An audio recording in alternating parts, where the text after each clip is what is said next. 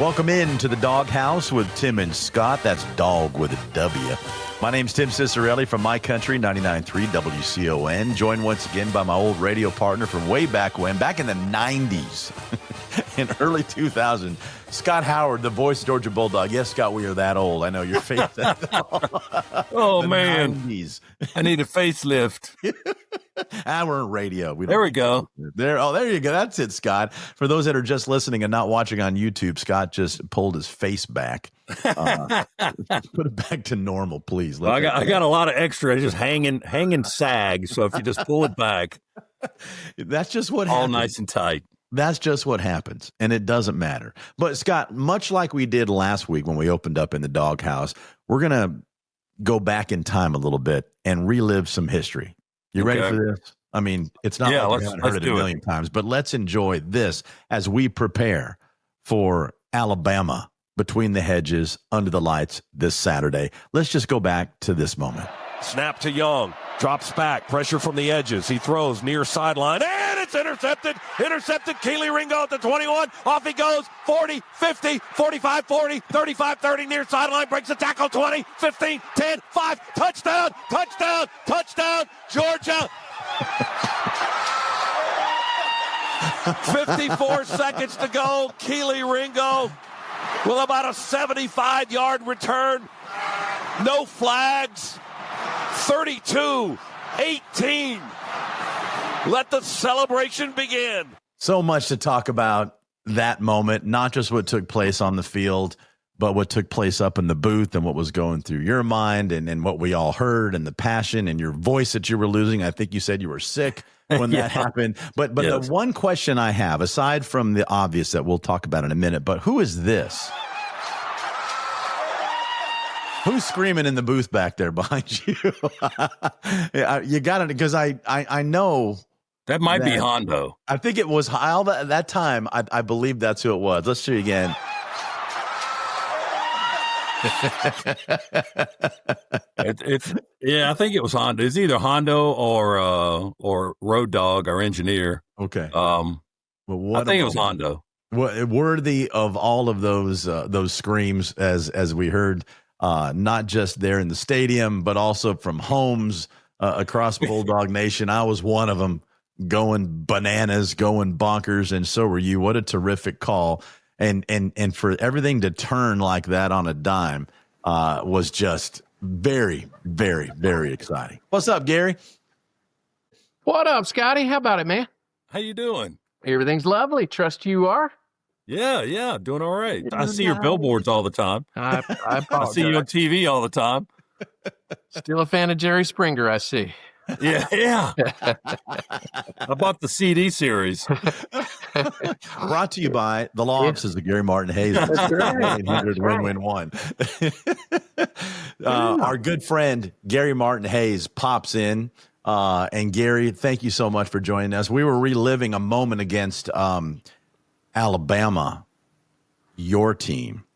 I mean, let's just go ahead and just dive in and welcome you into the show. Well, I'm honored to be on here with a Georgia Hall of Fame broadcaster, a future Hall of Fame broadcaster. I've been following you guys since I was in second grade. So huge fan. I believe it. Yeah. I believe it. And Scott, you don't sound like a Waffle House waitress this week. So not this week. A little bit better this week. Yeah. Glad to hear. I cut down on my cigarettes, so good for you. All right. My voice cleared up a little bit. Good deal. For those that are new to this podcast or just discovered this podcast or new listeners to My Country 99.3 WCON, I mentioned at the top of the podcast that Scott and I worked together for many years, at least 9 years together at another radio station in North Georgia as morning show partners. Scott, of course, went on to become a Hall of Fame voice of the Georgia Bulldogs. And then there's me back in radio after 20 years. Hello again. But Gary was with us back in those days. Gary used to pop in the morning show from time to time, and we played a game that's still being played today on the radio and soon to be on my show, and it's a game called Law or Not. That's correct. I remember that. Yeah. Oh, that was good stuff. Yeah, and I used to bail you guys out of the jail, too. You didn't bring up that Well, part. we weren't supposed to talk about that, Sorry. Gary. Sorry. So, Law or Not, Gary, of course, personal injury attorney. You see him all over. If you're ever on 85, just look up. He's there between here and between, like 316 and the airport. But on a serious note, Gary helps families in need, recovered over $1 billion in his time serving Georgia. And Gary's been a friend of mine and Scott's for decades, literally.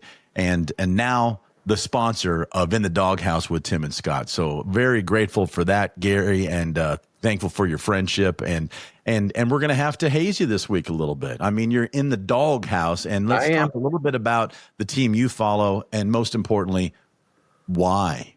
Yeah, well, I was born in Alabama, so you've got to declare your allegiance. Birthright. Yeah, and Alabama history in school, it's not about the state, it's about the football team. So you learn to love the Tide at an early age. But I'm a big fan now of Georgia, especially because Scott is calling the games. I think the very first solo game you called, Scott, was the one and done game when you guys beat Bama. That's the touchdown. That's when my right. voice cracked, yes. And I still have that T-shirt. Was that the first one you did with Zaire? That was our first broadcast together, yeah. That was the first game Munson didn't travel, and we were in Tuscaloosa in Nick Saban's first year in 2007. And I still have that Stafford. T-shirt, Scott, you sent me. What's that? I still have that T-shirt you sent me. Do you? Thank you. Yeah. I think I do too, and buried deep in one of my drawers in my bedroom. I think the underarms are all, they're all stiff and stained and stuff. That's how old that shirt is. Yeah, well, that was almost 20 years ago, right? But Scott, that touchdown call, you sound a little bit like Peter Brady. That's an old reference, right? Yes, 100%. And boy, I took some ribbing for that. Yeah. Was that Peter Brady just for my family? Was that Peter Brady before puberty or after, or in the middle? Right in the midst as he was transitioning. Right? Well, that's a different. Excuse me? Something differently now. I missed that episode. Brady Bunch in the 2020s. We don't know what happened to Bobby, Peter, Greg, Marsha, Jan, and Cindy. And don't forget Alice. And don't forget Alice. That's right. I like Sam the Butcher myself. Oh, me. All right, so Gary, you're a Bama fan. It's your birthright. You were born in Alabama, so there's your pass from us here in the Doghouse, of course, and love that you're also cheering for the Dogs, listening to Scott, but not this Saturday. And we Which hope one? Not cheering for Alabama or not cheering for the Dogs? not listening to our broadcast this Saturday. I'm sure. Not cheering for Scott. Sorry. Gary, what are you doing this weekend? Are you coming to the game? No, actually going to be in Florida. My wife are getting away for the first weekend as empty nesters, so looking forward to that. But I'll be watching the game, most definitely. Well, I think we're all dealing with that a little bit. Yeah. With the empty nest? The empty nest thing, My youngest is at Georgia in his freshman year, and that's awesome. He was the last one out, so... Mine have been gone for a few years, so I'm out of the game there. Right. So they're out and they're on their way. But Gary, boy, he had all three of his kids leave at once. Yep, within a week. Audrey got married recently. That's right, and our twins went off to college. So dang, I thought they revolted or something. We're all leaving at once. Yeah. Well, we moved and we didn't tell them where. That's the new game. Find mom and dad. Oh, that's awesome. I like that. Well, you'll be watching the game down beachside, which will be nice, and it's going to be a fun game. Georgia, Alabama, under the lights, between the hedges. Cannot wait. My son, we're talking about kids. My son, Everett, he's a graduate of UGA. He graduated in 2024. He's coming back. He's in Pittsburgh now. He's flying in this weekend just for this game. So we're going to make a full day of it and get out there under the lights. Is so exciting. That environment is insane at night. Kirby mentioned something about that in his presser the other day, didn't he, Scott? Wasn't he talking about Yeah, you always get asked questions about the environment, and is this game bigger than the other game, and night versus day games, and everybody gets juiced up, and the night games are just more exciting. I mean, and you can use the light shows and the fireworks in the daytime. I've never really understood that, and there's stadiums all over the country that do that. Yeah. You can't see it. I mean, it's just a color and some smoke. I mean, there's no awe of the explosion of the firework of the lights, like there is at night. I mean, it's a lot more exciting. Stevie Wonder appreciates the sound of the fireworks during the day. Yes, you are correct. But the environment is going to be incredible, like you said, juiced up. I mean, night games, Sanford Stadium. It's going to be rowdy. Let's just say that, especially against Alabama. And is this, and I could be wrong here, Scott, is this Kirby's first time facing Alabama at Sanford Stadium? Yes. Or not? Oh, it is. Okay. Yeah, the last time Alabama was in Athens was 2015.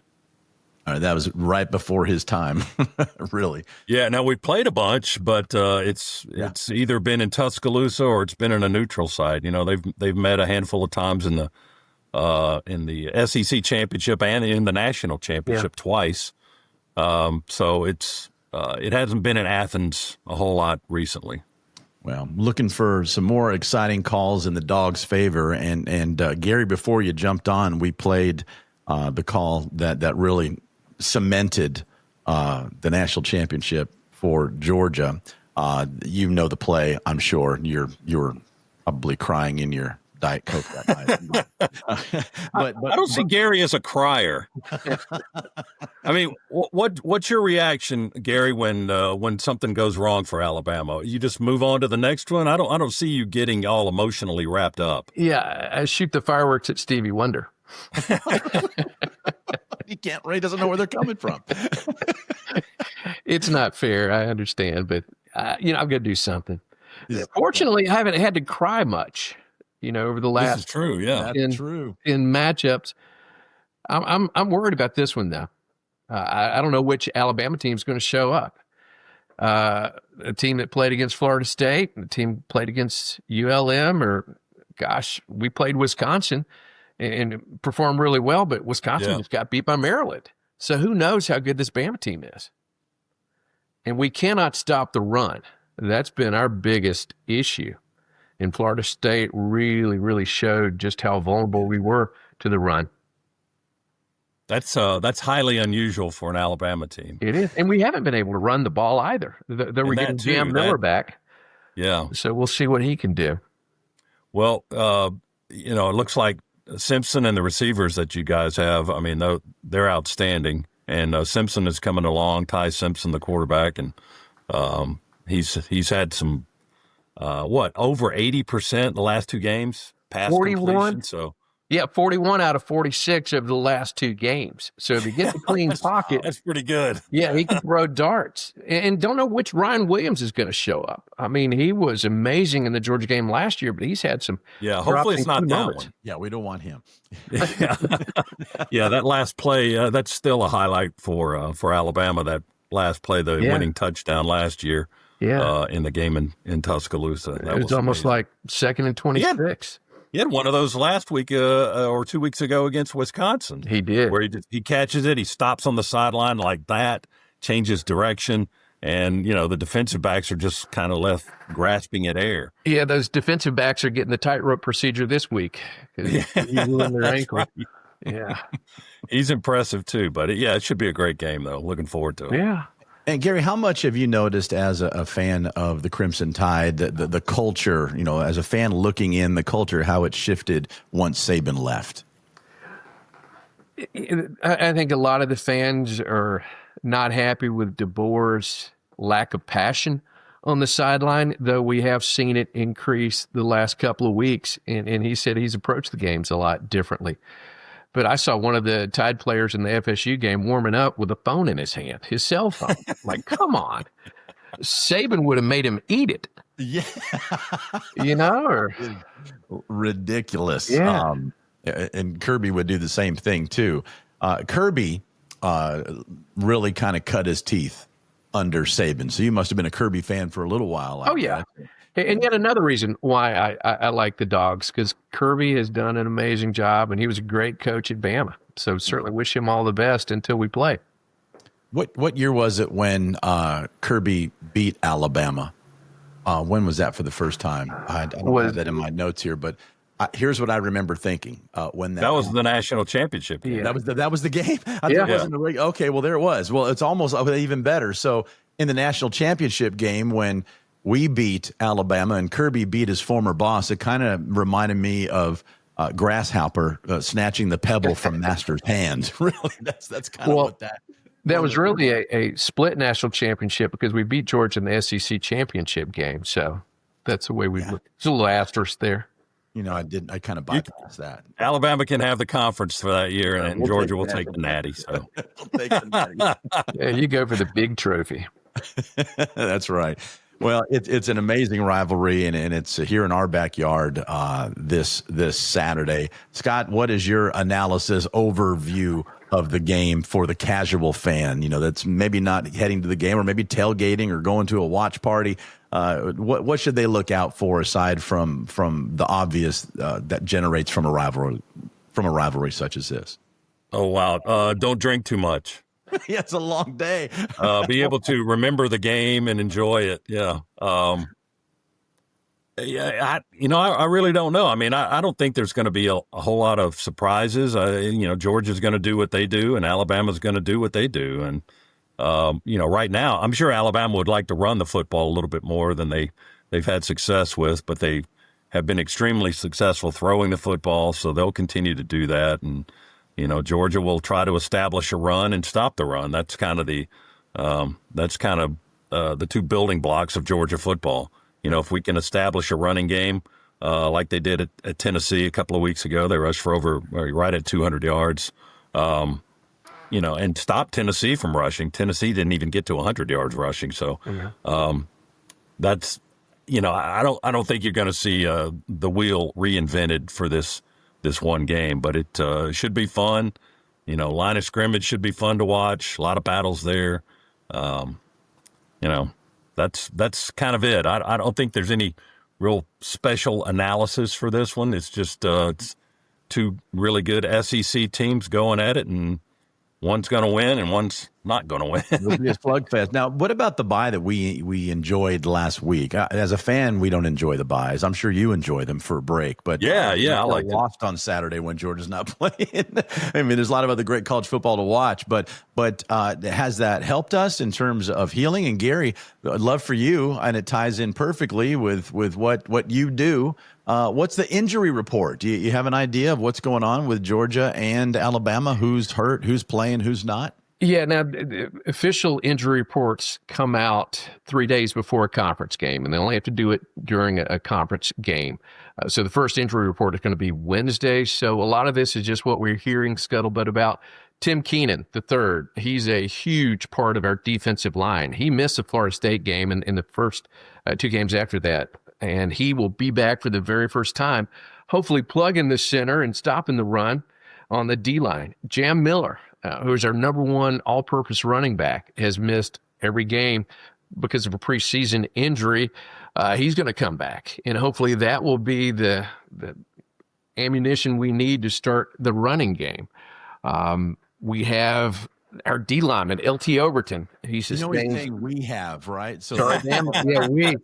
Right. I've still got 4 years of eligibility too, so I say we because I'm trying out for the team too. Okay, well, good luck. Yeah, LT Overton, who's another key part of our defense. He's day to day. Our Wolf linebacker Jamarian Latham is day to day, and true freshman wide receiver Richard Griffin. He had a preseason groin pull. He's listed as doubtful, so don't know when he's going to see the field. Now, Georgia, you guys have some issues on the offensive line. I know you've got Ernest Green, who's probable at the tackle. You have the freshman offensive guard, Juan Gaston, still ankle issues, questionable. Ethan Barber's out with that ankle injury requiring surgery. Wide receiver Thomas Blackshear out. Are there any others, Scott, that you've heard scuttlebutt about that you can say or whisper to me? That's pretty much the list. And, and Green and Gaston both played a little bit against Tennessee. Well, like Gary said, the initial injury report for the week will be released tomorrow. And then they update it. They update it a couple more times before game. And then the last update is 90 minutes before kickoff on game day. And then that's your final one. If a guy's listed as out, then he's out. He can't play. I know the story from Alabama that I learned, Gary, from you is that you've got somebody coming back that's going to help you. That's what we're hoping. I don't know how many snaps our D lineman Tim Keenan can play on the D line. He will probably be limited because he had the tightrope injury. So we'll see. We'll see. In the running back, Jam Miller, he is awesome catching the ball, blocking, and running. So we'll see if he's the fuel we need to get that running game going. Perfect man to provide us with the relatively premature, but just let's keep an eye on who might be injured for the game this Saturday. Gary Martin Hayes, your personal injury attorney, over $1 billion over the many, many years you've been serving. Gary, tell us a little bit about what you do for our audience that might be new to Gary Martin Hayes and how they can get a hold of you. Yeah, one hosts the Intersection Radio, which is on Sundays on WCON. I love doing that. It's been a project we've been doing now, almost 10 years. So excited to have that on Sunday evenings at 7. It's a terrific show. And then, the Intersection Radio, someone hears the name. What does that mean? Basically, it's an hour of the music that made country great, intersected with songs of faith. And the best part, Gary, of your show, in my opinion, isn't just the music. It's the stories behind the songs that you give us to tell us how they came to be and what they mean and what they could mean to somebody looking for a little inspiration in their life. It's wonderful. 7 o'clock Sunday nights on My Country 99.3 WCON. Terrific show. Great job with that. I appreciate that. Yeah, and I think when you learn the why behind the song, it just resonates that much more. Like these players, when you learn the why and what they had to go through to get to this kind of level, you understand the passion they have playing both for Georgia and Bama. That's a great combination of Gary's show on Sunday, and then on Saturday, it's going to be Interception Radio in Athens. Well, how many had... Wait, I need to chime in here real quick because of the Interception Radio. Gary, just to relive... Snap to Young. Drops back from the edges. He throws near sideline, and it's intercepted. Intercepted. Keely Ringo at the 21. Off he goes. 40, 50, 45, 40, 35, 30 near sideline. Breaks the tackle. 20, 15, 10, 5. Touchdown. Touchdown. Touchdown. Georgia. I think he stepped out. Now, was that Tagovailoa that threw that, or did he get tongue-tied? Well, but that's the call that everybody remembers. But there's another part of that call though that really resonated with me that I found very descriptive and entertaining and accurate. It is Keely Ringo. The point after by Podlesny is good, and it's 33-18. Bulldogs on top with 54 seconds to go in the national championship. Ringo's second pick of the year, 79 yards officially on the pick six in Alabama. A Ringo ate your baby. That's what I wanted. What you didn't know is you have to win by 16 to declare it a national championship. I forgot about that. You forgot about a Ringo ate your baby. Here we are. I'm basking in the glory of being a Georgia fan. I'm going bananas, and a Ringo ate your baby. Well, there's Scott Howard. There he is. That's oh, that's funny. Oh, God. It was funny, and it was perfectly I forgot about that. Ringo. You hear these tiny little clips all the time. You don't think there's any more before or after it. I'd completely forgotten about that. That's funny. Man, I captured it as soon as you said it, and everybody in the house is going crazy. And they're like, "What?" I'm like, "Oh, you missed the Ringo, your baby." Right. And a lot of you might not know what that is referencing and who matters, but who cares? But we know what it references, and it was just perfect. And I don't know what it just came to your mind, and you just said it clearly, and forgot about it, but not me. There's lots of Seinfeld references floating around up here, so sometimes they come out, I guess. Well, that one wasn't Seinfeld, but or was it? No. Yeah. I was thinking. Yeah, there's an episode. There's an episode where Elaine says they're at a cocktail party, and she's talking to this really obnoxious lady, and the lady's just going on, and Elaine in an Australian accent says, "Maybe a dingo ate your baby," which is a reference to the movie about the real incident. That's what. Yeah, and that goes back to the original. So that's what that's where I got it. You got it from Seinfeld. That's what was in my head. Of course it was. A Ringo ate your baby. Okay, so it was running into the ground like we used to do all the time. So, and now I sounded like a Waffle House waitress again. Yes, you did on that clip. Now during that call, so you were sick. Right. Yeah. Because I just thought you were emotional, and Well, that too. That kind of caught up with me after that when I realized the moment. Yeah, he was emotionally sick. I started getting sick the day before, and that was during COVID. But I never tested positive, by the way. You didn't have. So I didn't have COVID. I never tested positive. Although most of the radio booth accused me of spreading it, spreading them. I said, I never tested positive. He's a super spreader. What are you talking about? Not Howard, super spreader. Yeah, well, nonetheless, you gave many things of humor with a Ringo ate your all right, baby. it's the last time I'll play it. I guess it still makes me laugh. I wonder how many people were like, "What is he talking about?" Ringo. I might not have any idea. Who has the accordion? Or are you going to break that out? We don't need to bring up the accordion now. Let's just keep that dead and buried with Terry from Madison County. Oh, goodness. Maybe we'll play the accordion if Georgia wins the national championship this year. We'll resurrect it. Okay, we'll hold you to that. Yeah. Right. Yeah. Okay. Well, I shouldn't, because hopefully we have hopes that will happen. But one step further, we got to get through this weekend, of course. Again, Gary Martin Hayes, 1-800-WIN-WIN-1 is how you reach Gary. So grateful, Gary, for you to be a part of the show, to sponsor our show, and everything you do for us at My Country 99.3 WCON as well, too. But it feels like the band is back together. That's again, right. With three of us from 20-plus years ago. We did so many things together, not just on the air, but with road shows and with I think we did the Country Cares for Kids Radiothon together and everything else that we've done. Our big wheel ride for the American Cancer Society. Yeah. Don't ask me to do that again. I'm too old, buddy. I can't do it. Well, I feel like we need to go hang out at Golden Pantry. We did. I got the T-shirt in a frame of you and me, Scott, in a van, like the Scooby-Doo van, and we're driving across North Georgia with all the counties, and there's Gary Martin Hayes and Associates right there on the front. So maybe we'll have to create some new shirts. Those were fun times. We met a lot of great people and a lot of really good listeners, and had a lot of fun together. Yeah, we've had a blast. And the two words that come to mind for me, with you Ringo guys, ate your baby? No? Oh, wrong way. Never convicted. So that's important. All right, there's the dig. We got it. There's the new name for the podcast right there. Never convicted. That's right. I like it. All right. That's for the stuff that didn't make it on the air. That's where that will land. All right. Well, that's going to do it for another episode of In the Doghouse, brought to you by the law offices of Gary Martin Hayes and Associates, 1-800-WIN-WIN-1.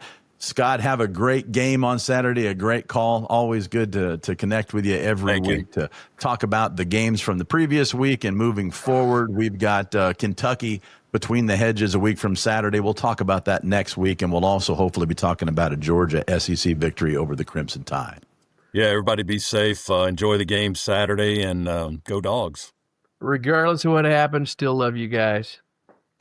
You too, brother. That's my story right now. All right. Thanks for being with us. And on In the Doghouse with Tim and Scott. Have a great week, Scott. So long, everybody.